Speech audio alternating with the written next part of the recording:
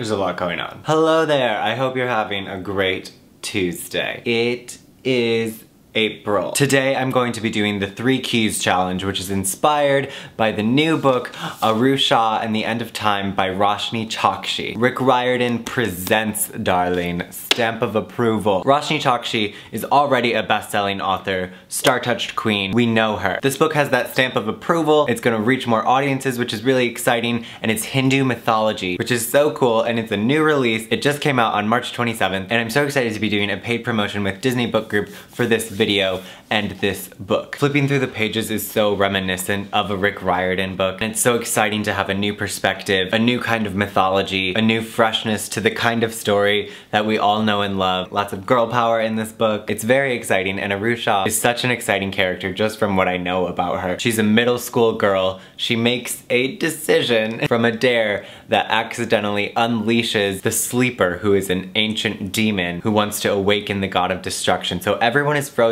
in time, her classmates and her mother, and she has to go on this quest and save them. So I'm gonna be taking part of that quest and doing the 3 Keys tag challenge inspired by this book. The keys are a sprig of youth, a bite of adulthood, and a sip of old age. So I'm gonna start by sharing a book that is a sprig of youth for me, a favorite childhood read, and the first one that comes to mind that was just making me feel nostalgic just recently is The Witches by Roald Dahl. Nothing gave me that feeling more than going home for spring break recently and seeing my Roald Dahl collection on my shelf. And you know what? Most people know Angelica Houston from The Addams Family, but not me. I know Angelica Houston from the Witches movie adaptation, which no one talks about.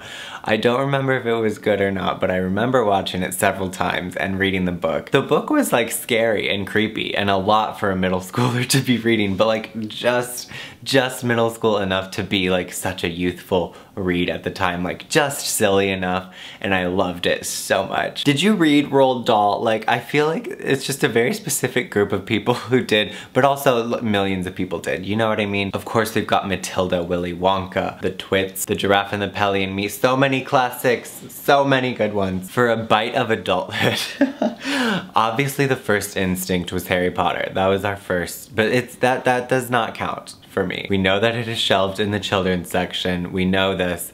I read it as a child. I think one of my first like YA series, one that really like hit me into the YA genre and like was like gross and violent and sexual and all of those things that I was reading in middle school was Gone by Michael Grant. 100%. I read all 6 books. I haven't read the new ones like Monster. I don't totally know what they are, but these books were so much.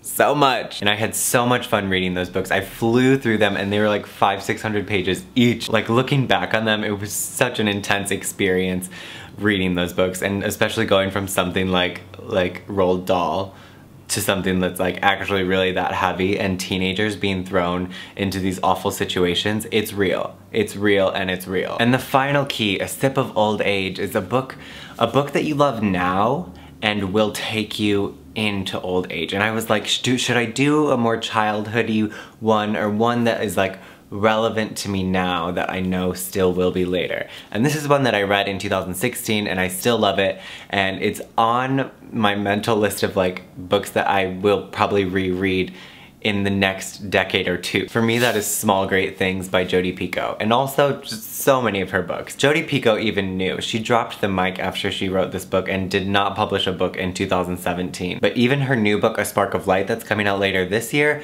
which I can't wait for, gonna be the same story. I was highly anticipating this book and I read it as soon as it came out and I loved it so much. It was a real game changer for me. I was able to start a lot of discussions that I was really proud of after reading this book. It was upsetting that it took this book for me to be able to start those discussions, but even then that became a discussion too, which I was grateful for, and it has led to so many wonderful things, and it was an eye-opening experience for my 18-year-old self going into college and reading this book. Not that that was years ago, because now I'm 19 and still appreciate this book, but I have a feeling this will always be on my shelf and I'll always be talking about it. And to say that this book is timely would be ignorant, but I am very glad that I read it in 2016. Arusha is on a quest to find the 3 keys that will get her into the kingdom of death. I am on a quest to find the books that will just take me to...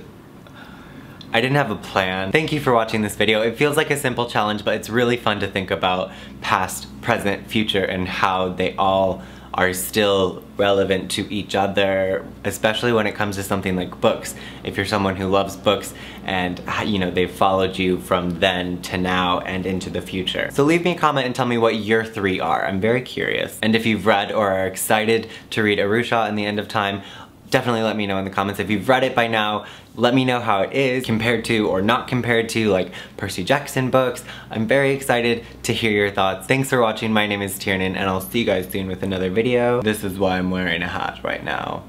Have a good one and goodbye.